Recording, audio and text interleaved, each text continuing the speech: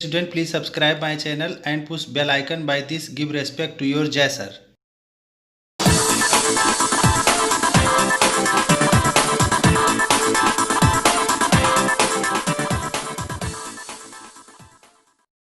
My dear student and friend, नमस्कार। My name is JS Tiwari Jai sir. मैं video start करने से पहले आपको बताना चाहता हूं कि वीडियो को फुल स्क्रीन पर कर लीजिए और वीडियो को ध्यान से देखिए ताकि जो है एक भी लाइन मिस ना हो आपसे, क्योंकि अगर कोई भी लाइन मिस हो गई तो आपको समझ में नहीं आएगा। और वीडियो को फुल स्क्रीन पर कर लेने से सारे लेटर आपको साफ साफ दिखाई देंगे।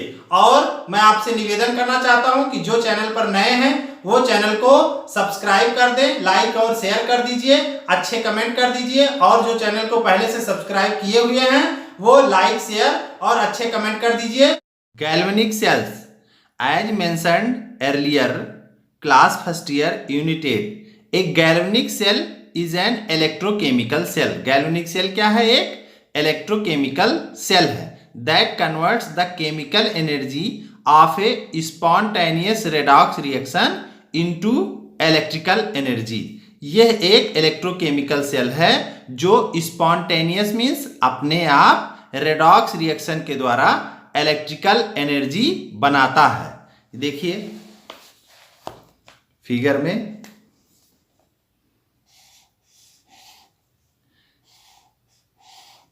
यहां पर ये जिंक रॉड है, ऐसे यहां पर ये कॉपर रॉड है, यहां पर सॉल्यूशन है ZnSO4, ये ZnSO4 सॉल्यूशन। ZnSO4 सॉल्यूशन में आयन रहेंगे Zn plus plus SO4 double minus. ये सॉल्यूशन में ZnSO4 के रूप में नहीं रहेगा, ये Zn plus plus SO4 double minus के रूप में रहेंगे। यहां पर कॉपर में ये जो इलेक्ट्रोलाइट लिया गया है सॉल्यूशन, इसका नाम है CuSO4। CuSO4 के रूप में यहां भी नहीं रहेगा, Cu प्लस प्लस के रूप में रहेगा और SO4 डबल माइनस के रूप में रहेगा। ये कॉपर का इलेक्ट्रोड है, ये जिंक का है। इलेक्ट्रोड बनते कैसे हैं? अगर उसके मेटल को उसी के साल्ट के सॉल्यूशन में डाल दिया जाए तो वो इलेक्ट्रोड बन जाता है। तो यहां पर जिंक को जिंक के साल्ट में डाल दिया गया है तो ये जिंक इलेक्ट्रोड बन गया। ऐसे कॉपर को कॉपर के साल्ट में डाल दिया गया तो ये कॉपर इलेक्ट्रोड बन गया। तो इस तरह से दो इलेक्ट्रोड बन गए। अब इन दोनों इलेक्ट्रोड को कनेक्ट किया गया है यहां से वायर के थ्रू, और ये सर्किट अभी ब्रेक है। इस सर्किट को कंप्लीट करने के लिए ये साल्ट ब्रिज लगाया गया है, ये साल्ट ब्रिज है। अब सर्किट कंप्लीट हो गई, यहां से ऐसे ऐसे और इस तरह से ये पूरी सर्किट कंप्लीट है। अब आप जानते हैं कि Zn रिएक्टिविटी सीरीज में कॉपर से ऊपर है, तो कॉपर की अपेक्षा Zn more reactive, copper less reactive. तो इस वजह से इलेक्ट्रॉन Zn तुरंत निकाल देगा और क्या बनाएगा? Zn2 प्लस और यहां पर 2 इलेक्ट्रॉन। तो यहां का रिएक्शन कुछ इस तरह से हुआ। ये जो Zn रॉड थी, ये Zn rod Zn2 plus plus 2 electron, ये Zn रॉड ने ऐसे तैयार किया। ये जो इलेक्ट्रॉन है ये इधर की ओर ऐसे मूव करेंगे और यहां से होते हुए इलेक्ट्रॉन ऐसे चल रहे हैं। इलेक्ट्रॉन यहां से ऐसे होते हुए आगे आएंगे, यहां पर इलेक्ट्रॉन यहां आ गए, फिर ऐसे यही इलेक्ट्रॉन यहां आ जाएंगे। तो इलेक्ट्रॉन यहां पहुंच रहे हैं। यहां क्या होगा? यहां सॉल्यूशन में Cu2 प्लस है ही, ये इस इलेक्ट्रॉन को लेकर के क्या बना देगा? Cu2 plus +2 electron arrow Cu बना देगा। तो इस तरह से आपने देखा यहां पर कि ये जो है Cu2 प्लस Cu में बदल रहा है, मीन्स ये आयन से यहां पर मेटल बन रहा है। ये जो मेटल बन रहा है ये मेटल इसी पर ऐसे डिपॉजिट होता रहेगा। तो इस तरह से ये ऐसे डिपॉजिट होता रहेगा। तो कॉपर मोटा होता जाएगा, कॉपर धीरे धीरे ये मोटा होता जाएगा, इसकी रॉड मोटी होती जाएगी, जबकि Zn की रॉड गल गल के पतली होती हो जाएगी ये। तो इस तरह से ये पूरा रिएक्शन इस तरह से चलता रहेगा। अब आप जानते हैं ये कौन सा रिएक्शन हुआ? लॉस इलेक्ट्रॉन ऑक्सीडेशन, मीन्स यहां पर हुआ है LEO, लॉस इलेक्ट्रॉन ऑक्सीडेशन, और यहां पर क्या हुआ है? Gain electron reduction. तो यहां पर ऑक्सीडेशन हुआ है और यहां पर रिडक्शन हुआ है।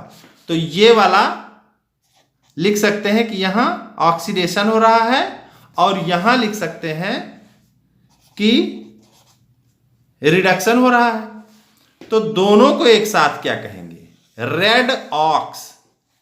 तो ये क्या हो रहा है? रेडॉक्स हो रहा है। रेडॉक्स मीन्स ये रेडॉक्स रिएक्शन हो रहा है, यहां पर रेडॉक्स रिएक्शन हो रहा है। और ये जो सेल है इसको बोलेंगे इलेक्ट्रोकेमिकल सेल। क्यों इलेक्ट्रोकेमिकल सेल बोला गया? क्योंकि यहां पर ये सारे केमिकल्स हैं और ये केमिकल्स इलेक्ट्रिसिटी जनरेट कर रहे हैं। कैसे? जब इलेक्ट्रॉन इधर से इधर की ओर चलेंगे तो इलेक्ट्रिसिटी इसका विपरीत इधर से इधर की ओर चलेगी। तो फ्लो ऑफ इलेक्ट्रॉन इधर से इधर की ओर, Zn से कॉपर की ओर, और इलेक्ट्रिसिटी जो करंट है यहां करंट फ्लो हो रहा है वो कॉपर से जिंक की ओर चल रहा है। तो इन केमिकल की वजह से इलेक्ट्रिसिटी बन रही है, इसीलिए इसे इलेक्ट्रोकेमिकल सेल कह रहे हैं। अब आप देखेंगे कि इसमें जो है दो फार्मूला आपको बता रहे हैं। नंबर 1, ये सेल में हमेशा ध्यान रखेंगे AOCR, दूसरा है LEOGER, जैसा हम पहले बता चुके हैं। तो anode oxidation, cathode reduction, means जहां ऑक्सीडेशन हो रहा है वो एनोड है और जहां रिडक्शन हो रहा है वो कैथोड है। तो ऐसे पता लगा लेते हैं। अब ये कैसे पता चले कि कहां ऑक्सीडेशन हो रहा है? तो उसके लिए लॉस इलेक्ट्रॉन ऑक्सीडेशन। तो जहां इलेक्ट्रॉन लॉस हो रहा हो वहां ऑक्सीडेशन हो रहा है, जहां इलेक्ट्रॉन गेन हो रहा हो वहां रिडक्शन हो रहा है। तो देखिए लॉस इलेक्ट्रॉन कहां हो रहा है? यहां पर ये इलेक्ट्रॉन लॉस हो रहा है, इसलिए यहां ऑक्सीडेशन हो रहा है। तो ये पता चल गया कि यहां ऑक्सीडेशन हो रहा है। अब यहां ऑक्सीडेशन हो रहा है तो AOCR, एनोड ऑक्सीडेशन, तो जहां ऑक्सीडेशन हो रहा है वो एनोड हो जाएगा। तो इस तरह से ये एनोड हो गया, यहां ऑक्सीडेशन हो रहा है। और CR, कैथोड रिडक्शन, तो जहां रिडक्शन हो रहा है वो कैथोड हो जाएगा। तो इस तरह से ये कैथोड हो गया। तो एनोड और कैथोड क्लियर हो गया। तो और इस दोनों फार्मूले की मदद से ये क्लियर हो गया कि कहां पर ऑक्सीडेशन हो रहा है और कहां रिडक्शन हो रहा है। तो इसको और डिटेल में हमने अपने पिछले वीडियो में बता दिया है, तो वो चैनल पर जाकर के प्लेलिस्ट में देख सकते हैं उस वीडियो को, या आई बटन पर देख सकते हैं। तो इस तरह से इसमें जो है in this device the Gibbs energy of the spontaneous redox reaction is converted into electrical work.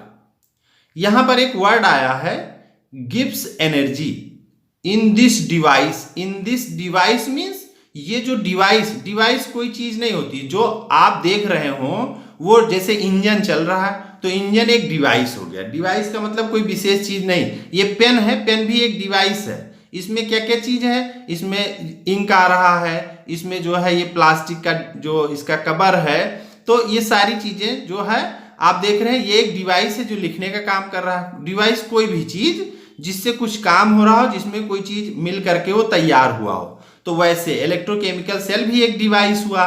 तो उसमें क्या चीज होता? In this device the Gibbs energy. अब ये वर्ड क्लियर करिए, ये क्या है? गिब्स एक साइंटिस्ट का नाम है, उन्होंने इसके एनर्जी के बारे में बताया था। तो ये gives energy of the spontaneous redox reaction. तो गिब्स एनर्जी जो वर्ड आया है, ये गिब्स एनर्जी कौन सी एनर्जी है? ये गिब्स साइंटिस्ट ने इस एनर्जी के बारे में बताया था कि जो ये इलेक्ट्रोकेमिकल रिएक्शंस होते हैं, यहाँ पर स्पॉन्टेनियस जो वर्ड आया है इसका मतलब होता है अपने आप। जो अपने आप ये रिएक्शन हो रहा है कि जो है Zn इलेक्ट्रॉन वहां से दे रहा है, कॉपर जो है इधर इलेक्ट्रॉन ले रहा है, तो इसके बीच में जो एनर्जी जनरेट हो रही है, ये वाली एनर्जी, ये gives energy of the spontaneous redox reaction. ये स्पॉन्टेनियस रेडॉक्स रिएक्शन की जो एनर्जी जनरेट हो रही है is converted into electrical work. ये सारी एनर्जी बदल जाएगी किसमें? इलेक्ट्रिकल वर्क में बदल जाएगी, इलेक्ट्रिक कामों में बदल जाएगी। अब आप दिमाग लगाइए कि ये इलेक्ट्रिकल वर्क क्या हो सकते हैं। तो इलेक्ट्रिकल वर्क के लिए आप समझ रहे हैं कि जो पंखा चल रहा है, जो फ्रिज चल रही, जो कूलर चल रहे हैं, तो ये सारे काम इलेक्ट्रिसिटी के थ्रू हो रहे हैं। तो ये सारा इलेक्ट्रिकल वर्क हुआ व्हिच मे बी यूज्ड। तो ये इलेक्ट्रिकल वर्क में क्या, वही चीज यहां फिर से क्लियर कर रहे हैं कि used for running a motor और other electrical gadgets like heater, fan, geyser etc। ये सारी चीजों में इनका यूज किया जा रहा है। Daniel cell discussed earlier is one such cell in which the following redox reaction occurs। ये जो redox reaction डेनियल सेल में आप देख रहे हैं, ये कोई स्पेशल रिएक्शन नहीं, ना कोई बहुत कठिन है। इसको आप यही चीज देखिए, ये Zn2 + 2 इलेक्ट्रॉन, Cu2 + 2 इलेक्ट्रॉन और Cu, इनको एक साथ लिख दिया गया ऐसे। ये हो गया Zn से Zn2 + 2 इलेक्ट्रॉन, और इधर क्या हुआ? Cu2 + 2 इलेक्ट्रॉन, एरो Cu बन गया। अब ये 2 इलेक्ट्रॉन कैंसिल, इधर क्या मिल रहा है? Zn + Cu2 + एरो, यहां पर ये Zn2 + Cu, ये बन गया। ये क्या है? रेडॉक्स रिएक्शन है। मीन्स जब कंबाइन कर दिए रिडक्शन और ऑक्सीडेशन को, तो जो ये रिएक्शन तैयार हुआ ये रेडॉक्स रिएक्शन है। ये अपने आप हो रहा है, मतलब इसको कराने की कोई जरूरत नहीं पड़ रही है कि कहीं से कुछ करना पड़े। ये बार बार जो स्पॉन्टेनियस वर्ड आ रहा है इसको क्लियर कर लीजिए। जैसे पानी ऊपर पहाड़ से नीचे जमीन में गिर रहा है, तो ये स्पॉन्टेनियस हुआ, अपने आप हो रहा है। लेकिन अगर यही पानी नीचे से आप पहाड़ पर चढ़ाना हो आपको, तो आपको मेहनत करनी पड़ेगी, मोटर लगाना पड़ेगा, एनर्जी खर्चा करना पड़ेगा, पैसा खर्चा करना पड़ेगा, तब ये पानी ऊपर जाएगा। तो ये अपने आप नहीं हो रहा। तो वह सारी चीजें जो अपने आप हो रही हो, वो सभी स्पॉन्टेनियस। जैसे आपने 1 कप गर्म कॉफी रख दिया, तो उसकी एनर्जी अपने आप एटमॉस्फेयर में चली जाएगी, तो ये अपने आप हो रहा है। ऐसे लोहा आपने रख दिया बाहर कहीं, तो उसमें जंग लग जाएगा, अपने आप हो रहा है, तो ये स्पॉन्टेनियस हो गया। तो इस तरह से ये स्पॉन्टेनियस रेडॉक्स रिएक्शन से अपने आप ये हो रहा है, इसलिए इसे स्पॉन्टेनियस रेडॉक्स रिएक्शन बोला गया। इससे जो एनर्जी जनरेट हो रही है वो किस रूप में? इलेक्ट्रिकल एनर्जी के रूप में, और हम उसका यूज अपने जो है बहुत सारे इलेक्ट्रिक कामों में यूज कर रहे हैं। तो इस तरह से ये redox reaction clear. This reaction is combination of 2 half reaction. ये 2 रिएक्शन का कॉम्बिनेशन है, मैंने करके भी दिखा दिया। Whose addition gives the overall cell reaction. तो ये क्लियर हो गया।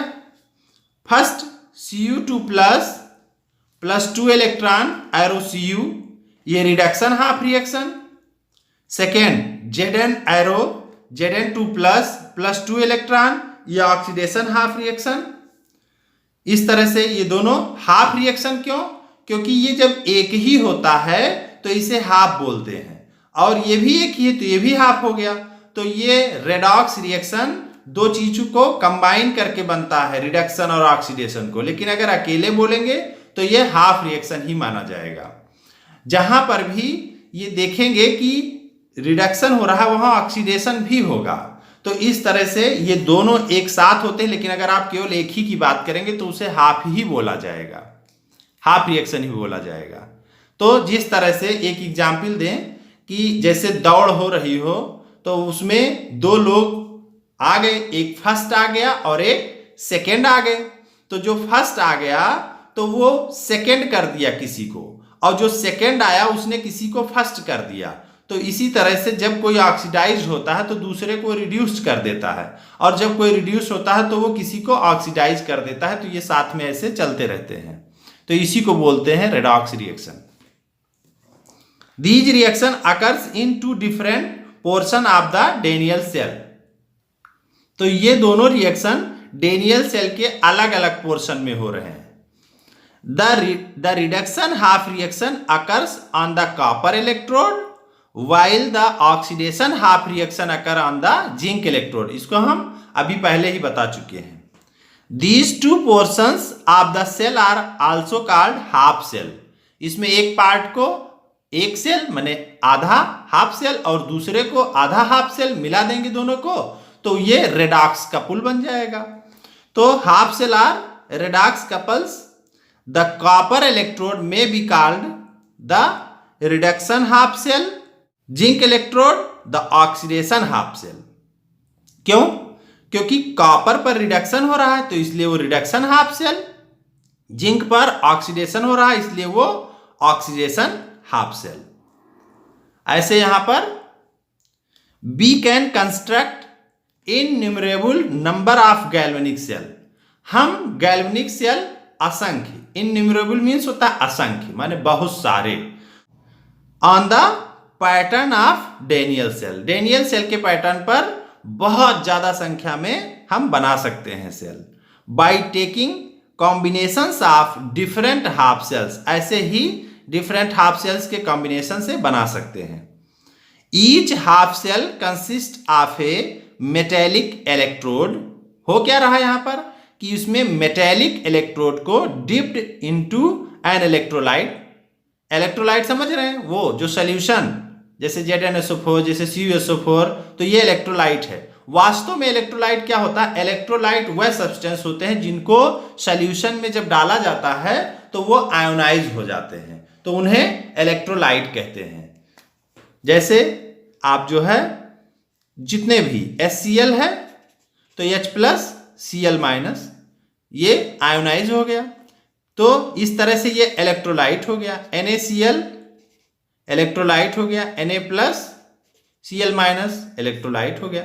लेकिन इलेक्ट्रोलाइट अगर नहीं है तो वो कौन सा एग्जाम्पल है? जैसे C6H12O6, ये ग्लूकोज है, ये इलेक्ट्रोलाइट नहीं है, नॉन इलेक्ट्रोलाइट। क्यों?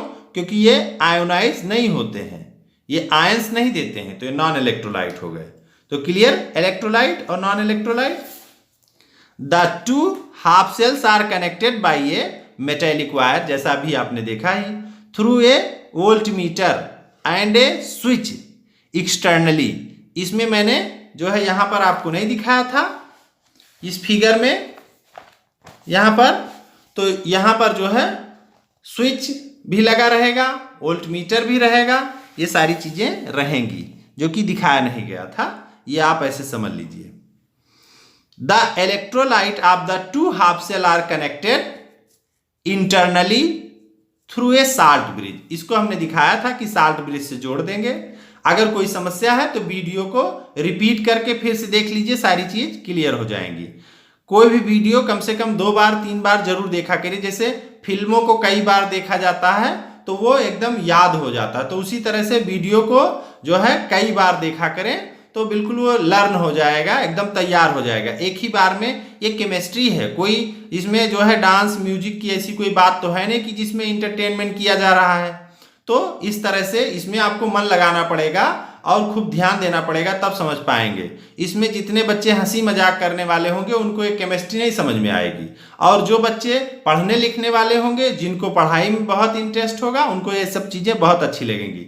ये मैं जो एक एक लाइन एक एक वर्ड क्लियर कर रहा हूँ, ये आपके भले के लिए, फायदे के लिए। ये घर पे आप ओपन करेंगे बुक, आप जो है इसके मेरे साथ में, और एक एक लाइन आप पढ़ेंगे। ये कंपटीशन में आपको काम आएगा, या कहीं पर भी पढ़ रहे हो तो अगर आपको कोई लाइन नहीं समझ में आई तो मेरे वीडियो को ओपन करेंगे और लाइन से ऐसे मैच कर लेंगे तो आपको समझ में आ जाएगा पूरा। तो इस तरह से ये बुक पढ़ने में आपको इंटरेस्ट होगा, और इस तरह से जब बुक पढ़ेंगे तो दुनिया की कोई भी बुक आपको मिलेगी, आपको बुक पढ़ने में इंटरेस्ट होगा। क्योंकि मैं एक एक चीज क्लियर कर रहा हूं। जब बच्चे बुक क्यों नहीं पढ़ते, क्योंकि उनको बुक में समझ में नहीं आता, बहुत सारे वर्ड मिलते हैं वो क्लियर नहीं हो पाते, इसलिए बुक पढ़ने में इंटरेस्ट नहीं लेते हैं। तो ये हम आपको एक एक चीज क्लियर कर रहे हैं और इससे आपको बुक पढ़ने का इंटरेस्ट जगेगा और आप खूब पढ़ाई करेंगे। The electrolytes of the two half cells are connected internally through a salt bridge as shown in figure, जो मैंने अभी दिखाया था आपको। Sometime both the electrode dip in the same electrolyte. ये कैसे कि एक ही टाइप के इलेक्ट्रोलाइट में वो डिप हुआ हो, तो वो देखिए कैसे।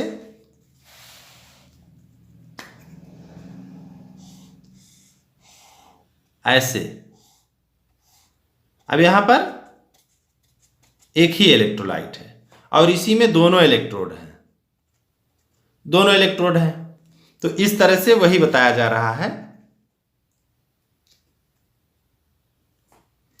Both the electrode dip in the same electrolyte solution and in such cases we do not require a salt bridge. अब इसमें कोई साल्ट ब्रिज की जरूरत नहीं है।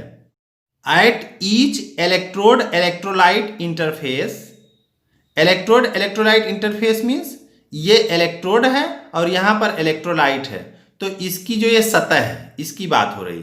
तो at each electrode electrolyte interface there is a tendency, इनकी आदत है, metal ions from the solution to deposit on the metal electrode.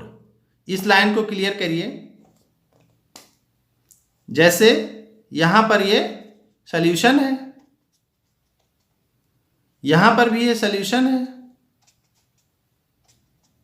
तो सॉल्यूशन में ऑलरेडी क्या है Zn2+, यहां सॉल्यूशन में ऑलरेडी क्या है Cu2+। तो ये Zn2+, Cu2+, जैसे ही ये Zn, ये क्या है Zn रॉड और ये क्या है Cu रॉड, जैसे ही सॉल्यूशन में डाला गया तो ये Zn रॉड पर ये Zn2+ आयन आने लगेंगे और यहां पर Cu2+ इस पर आने लगेगा। तो ये तुरंत जैसे ही डाला गया वो तुरंत इस मेटल्स पर आने लगेंगे। At each electrode electrolyte interface there is a tendency of metal ions, ये मेटल आयन की टेंडेंसी है फ्रॉम द सॉल्यूशन, सॉल्यूशन से to deposit on the metal electrode, metal electrode पर ये डिपॉजिट होने लगेंगे, trying to make it positively charged, और इसको क्या बनाने लगेंगे पॉजिटिवली चार्ज, इस रॉड को पॉजिटिवली चार्ज बनाने का प्रयास करने लगे। क्यों? क्योंकि जब यहां Zn2+ था और इस पर आएगा तो ये रॉड क्या हो जाएगी पॉजिटिवली चार्ज, इस पर Cu2+ है, इस पर आ जाएगा तो ये रॉड क्या हो जाएगी पॉजिटिवली चार्ज हो जाएगी। एट द सेम टाइम, इसी समय पर metal atom of the electrode, अब ये इलेक्ट्रोड के मेटल एटम है, यहां पर जो Zn है इसके Zn के एटम, यहां कॉपर के एटम, तो metal atom of the electrode have a tendency to go into the solution. तो यहां पर मेटल एटम के जो यहां पर बात हो रही है ये क्या हो जाएंगे सॉल्यूशन में जाने लगेंगे। तो metal atom of the electrode have tendency to go into the solution as ion. तो इस तरह से ये मेटल एटम की टेंडेंसी है कि ये किस रूप में जाने लगेंगे इसमें आयन के रूप में। तो ये Zn जो है Zn2+ बनाएगा। तो इधर आपने देखा कि ये Zn2+ इसको पॉजिटिव बनाने का प्रयास करा है, लेकिन ये वाला Zn2+ कौन सा है सॉल्यूशन वाला, और ये वाला Zn2+ कौन सा है रॉड वाला। तो ये रॉड का Zn2+ बन रहा है और ये सॉल्यूशन का Zn इस पर आकर के इसको पॉजिटिव बनाने का प्रयास कर रहा है। ये सब बहुत समझने वाली बात है, ध्यान देने वाली बात है। यहां पर भी वही Cu2+ इसको आकर के इसको पॉजिटिव बनाने का प्रयास कर रहा है, जबकि यहां का Cu इसको Cu2+, ये कौन सा है ये यहां वाला है रॉड से, तो इसके एटम से निकल करके और ये इसे Cu2+ बना रहे हैं। तो ये वाली लाइन क्लियर हुई।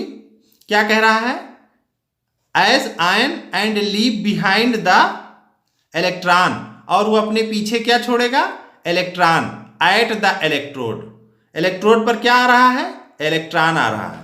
भाई यहां जब Zn से Zn2+ बना तो यहां क्या चीज मिला 2 इलेक्ट्रॉन, यहां पर मिल गया 2 इलेक्ट्रॉन। तो इस तरह से ये 2 इलेक्ट्रॉन यहां मिल गया। ऐसे यहां भी जब Cu से Cu2+ बनेगा तो यहां क्या मिल जाएगा, यहां 2 इलेक्ट्रॉन मिल जाएगा। लेकिन इसको देख करके कंफ्यूज ना होइएगा कि ये Cu कैसे इस तरह से हो रहा है, Zn कैसे इस तरह से हो रहा है। ये अभी आगे और क्लियर कर रहे हैं। यहाँ पर नेचर Zn का होता है किस तरह से, कॉपर का किस तरह से होता है, तो ये अभी सारी चीजें आएंगी, क्लियर होंगी। बस केवल आप ये देखते रहिए कि ये हो क्या रहा है। तो tendency to go solution as ion and leave behind the electron at the electrode, इतना clear. Trying to make it negatively charge, मतलब इसको जो है ये Zn क्या चाहता है कि ये निगेटिवली चार्ज हो जाए, ये निगेटिवली चार्ज हो जाए। और ये Zn जो सोल्यूशन वाले जो आयन है ये इसको पॉजिटिवली चार्ज बनाना चाहते हैं, इसको पॉजिटिवली चार्ज बनाना चाहते हैं। तो ये कहानी आपने समझी। अभी और डिटेल है इसका क्या हो रहा है। तो निगेटिवली चार्ज एट इक्विलिब्रियम, अब ये प्रोसेस चलती रहेगी। यहां 2 लोग जो है प्रोसेस अपनी दिखा रहे हैं।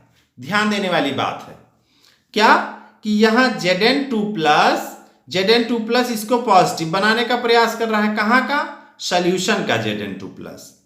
और ये Zn कहां का, रॉड का Zn, इसको जो है Zn2+ यहां से निकाल करके इसको निगेटिव बनाने का प्रयास कर रहा है।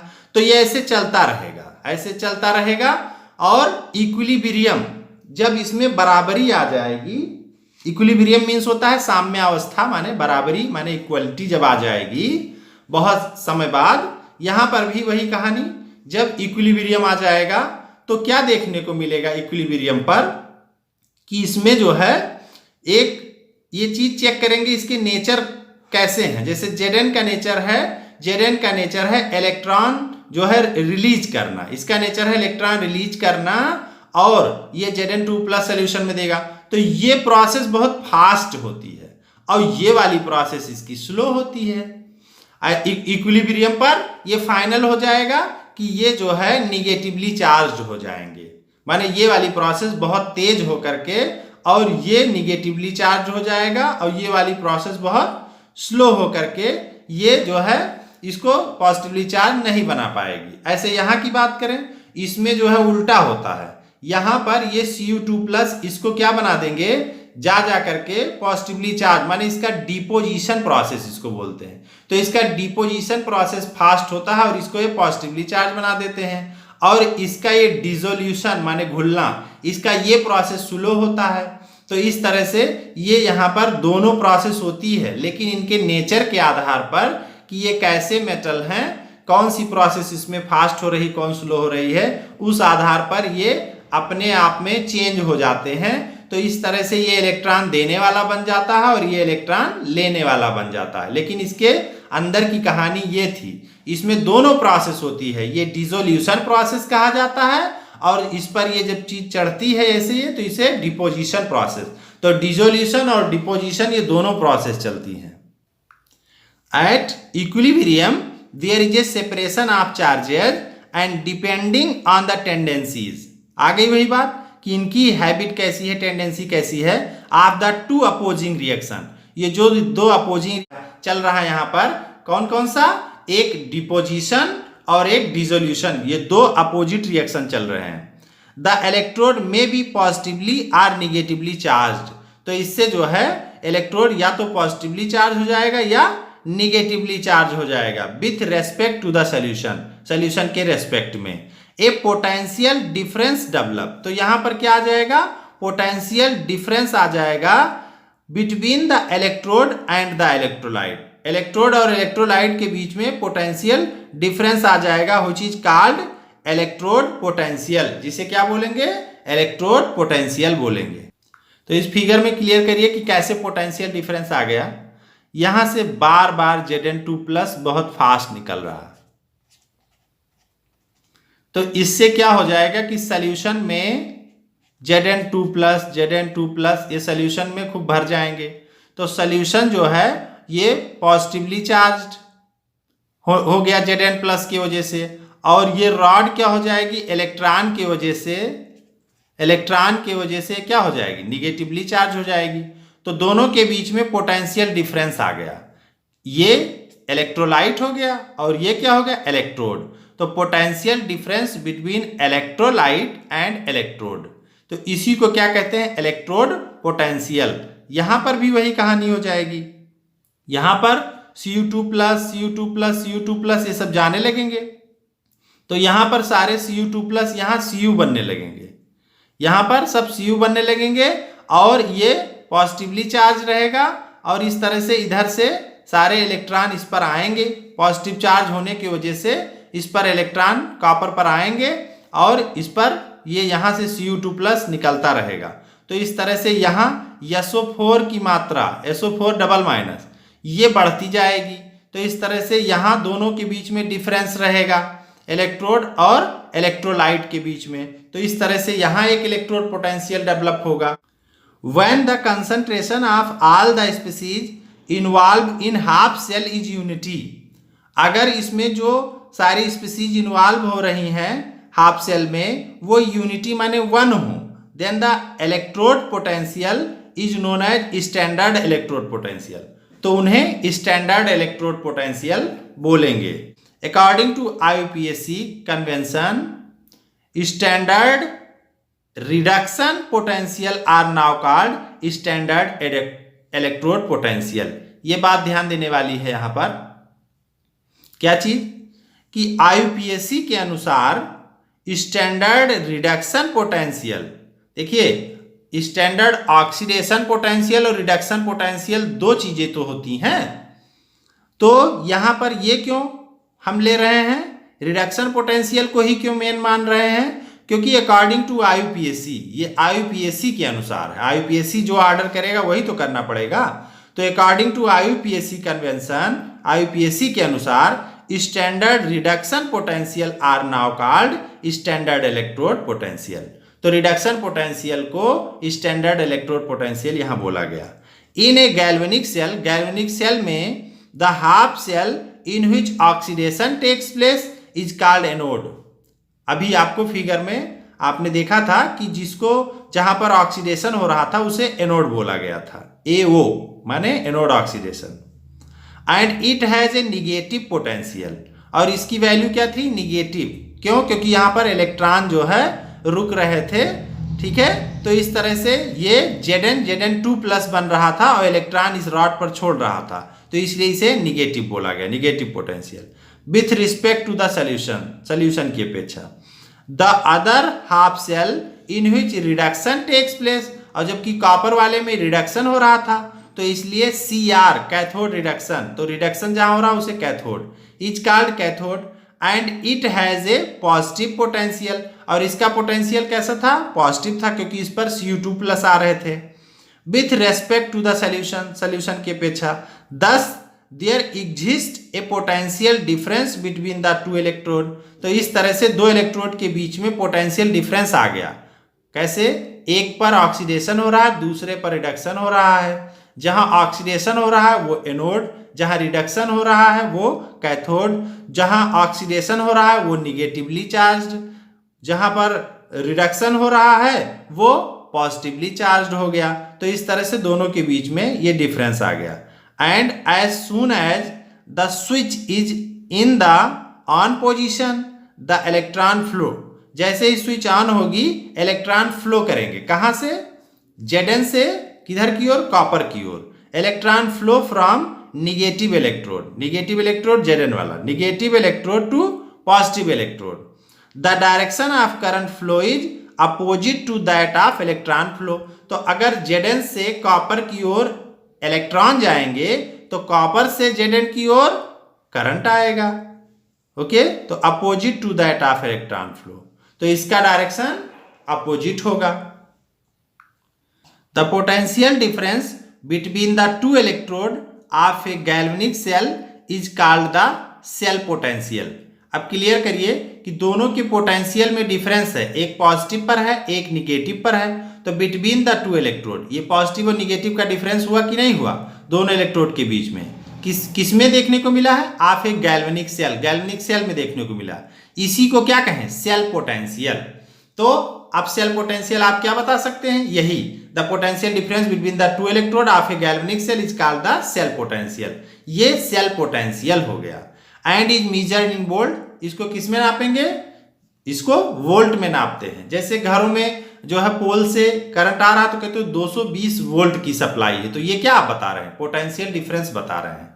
कैसे, जैसे आप जान रहे हैं जो पोल है, खंभा है, उस पर 220 वोल्ट के करंट की सप्लाई हो रही है और आपके घर में 0 वोल्ट की है, तो बताइए करंट आपके घर में क्यों आ रहा है, क्योंकि आपके घर में 0 हो गया और बाहर पोल में 220 है।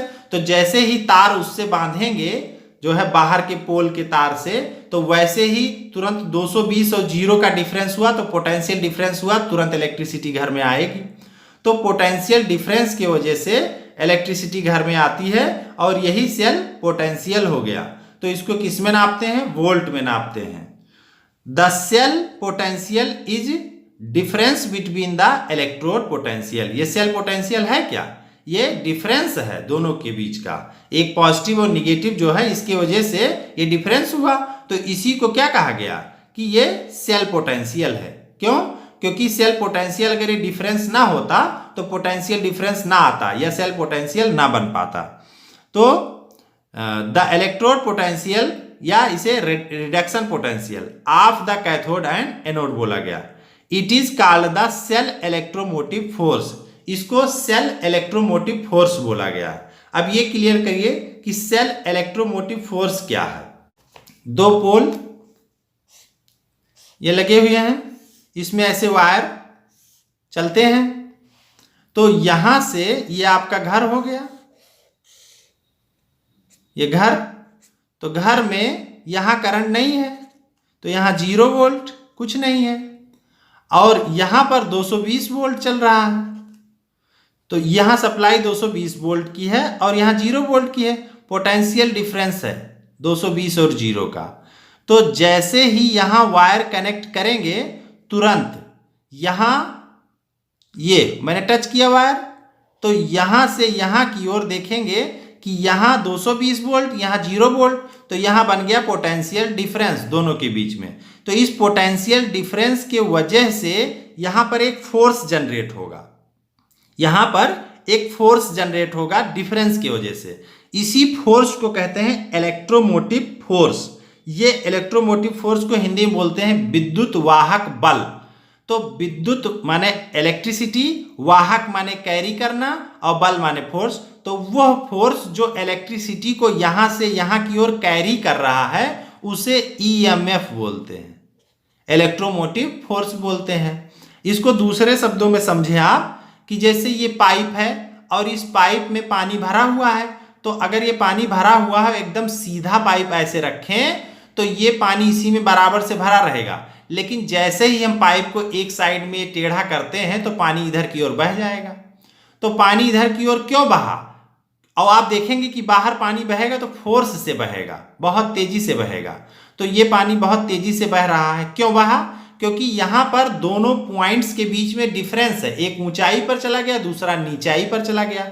तो ये ऊंचे नीचे का जो डिफरेंस बना इसकी वजह से यहाँ फोर्स जनरेट हो गया, और ये फोर्स इस पानी को इधर से इधर की ओर लेकर के तेजी से आगे बढ़ गया, और ये फोर्स और पावरफुल हो जाएगा अगर इस डिफरेंस को और बढ़ा देंगे आप। तो उसी तरह से यहाँ पर पावर को आप बढ़ाते जाइए, डिफरेंस को बढ़ाते जाइए, इलेक्ट्रोमोटिव फोर्स की पावर बढ़ती जाएगी। अब आपको इलेक्ट्रोमोटिव फोर्स समझ में आ गया होगा। ये इलेक्ट्रोमोटिव फोर्स क्या है, जो सेल पोटेंशियल होता है या पोटेंशियल डिफरेंस होता है दोनों के बीच में, इसी की वजह से यहाँ पर ये जनरेट होता है अपने आप। और ये जो जनरेट होता है ये क्या काम करता है, इलेक्ट्रिसिटी को एक पॉइंट से दूसरे पॉइंट में ले जाने में हेल्प करता है। Of the cell when no current is drawn, लेकिन ये डिफरेंस तब मेंटेन रहेगा, ये डिफरेंस तब मेंटेन रहेगा जब इसमें करंट नहीं चल रहा होगा, क्योंकि अगर इसमें करंट चल गया तो ये पॉइंट भी 220 का हो जाएगा और ये पॉइंट भी 220 का हो जाएगा, तब इसमें डिफरेंस कहाँ रह गया। तो इसलिए करंट ना चल रहा हो जब, तब ये 220 का रहेगा और ये 0 का रहेगा। तो यहां पर किसकी जरूरत पड़ेगी, इस इलेक्ट्रोमोटिव फोर्स की, कि ये फोर्स इसको इधर लेकर के आए। तो इसीलिए बोला गया है कि करंट इसमें ना चल रहा हो। It is now an accepted convention that we keep the anode on left. अब ये नई बात है कि जो एनोड होता है उसको लेफ्ट साइड में रखते हैं, and the cathode on the right side. अभी आपने फिगर में देखा था कैथोड को राइट साइड में रखे थे और एनोड को लेफ्ट साइड में। While representing the galvanic cell, जो गैल्वेनिक सेल रिप्रेजेंट कर रहे थे उसमें ये ऐसे ही रखा गया है। A galvanic cell is generally represented by putting a vertical line between metal and electrolyte solution and putting a double vertical line between the two electrolytes connected by a salt bridge। इसको देखिए, इस figure में ये metal हो गया और electrolyte हो गया, इन दोनों के बीच में एक वर्टिकल लाइन, मेटल और इलेक्ट्रोलाइट के बीच में एक वर्टिकल लाइन, ये मेटल इलेक्ट्रोलाइट के बीच में एक वर्टिकल लाइन, और दोनों को जोड़ने के लिए साल्ट ब्रिज जो लगता है, तो साल्ट ब्रिज को रिप्रेजेंट करने के लिए ये दो वर्टिकल लाइन दिखाया गया। इस कन्वेंशन में the EMF of the cell is positive, जो ईएमएफ ऑफ सेल है वो पॉजिटिव है, and is given by the potential of the half cell on the right hand side minus the potential of the half cell on the left hand side. तो इस तरह से ये देखिए minus लगा के ई लेफ्ट और ये ई राइट, तो E cell equal to E right minus E left. This is illustrated by the following example. इसको इस एग्जाम्पल से दिखाया गया है। Cell reaction Cu2 plus 2Ag plus arrow Cu2 plus 2Ag। इसको हाफ सेल में ऐसे ये कॉपर और सिल्वर के बीच में कराया गया है। कॉपर और सिल्वर में कॉपर पावरफुल है, सिल्वर कमजोर है, इस वजह से यहाँ कॉपर इलेक्ट्रॉन देगा और सिल्वर जो है इलेक्ट्रॉन रिसीव करेगा। तो हाफ सेल रिएक्शन यहाँ कैथोड पर क्या होगा, यहाँ रिडक्शन हो रहा है 2Ag प्लस 2 इलेक्ट्रॉन लेकर के 2Ag बन रहा है, और एनोड ऑक्सीडेशन हो रहा है Cu जो है एरो Cu2 प्लस और 2 इलेक्ट्रॉन, तो ये यहाँ पर रेडॉक्स रिएक्शन हो रहा है। It can be seen that the sum of 3.5 and 3.6 lead to overall reaction. इसका अगर सम करें तो ये 2 इलेक्ट्रॉन इस 2 इलेक्ट्रॉन से कैंसिल हो जाएगा, और यहाँ क्या मिल जाएगा 2Ag प्लस Cu एरो ये Cu2 प्लस 2Ag। तो इस तरह से यहाँ देखिए, in the cell and the silver electrode act as cathode and copper electrode act as anode, the cell can be represented as. तो इस तरह से इसको रिप्रेजेंट किया गया Cu/Cu2 प्लस। ये जो रॉड थी वो सॉलिड थी, सोल्यूशन में Cu2 प्लस एक्वस दिखाया गया, ये साल्ट ब्रिज है। फिर यहाँ पर Ag प्लस, ये एक्वस सोल्यूशन में था, और ये कहाँ गया, ये इस पर इलेक्ट्रोड पर डिपॉजिट हो गया सिल्वर पर, तो इस तरह से सॉलिड हो गया। एंड बी हैव, बिल्कुल उसी तरह से जैसे पिछला यहाँ Zn लिए थे और यहाँ कॉपर था, वैसे यहाँ पर कॉपर ले लेंगे और यहाँ पर जो है Ag ले लिया गया। तो इस तरह से वही चीज है, बस केवल यहाँ जो है Zn का काम यहाँ कॉपर कर रहा है और यहाँ कॉपर का काम Ag कर रहा है। And we have E cell equal to E right minus E left, equal क्या हो जाएगा right minus left, E Ag plus oblique Ag minus E Cu2 plus oblique Cu। उसी तरह से ये दिखाया गया है, बिल्कुल सेम है।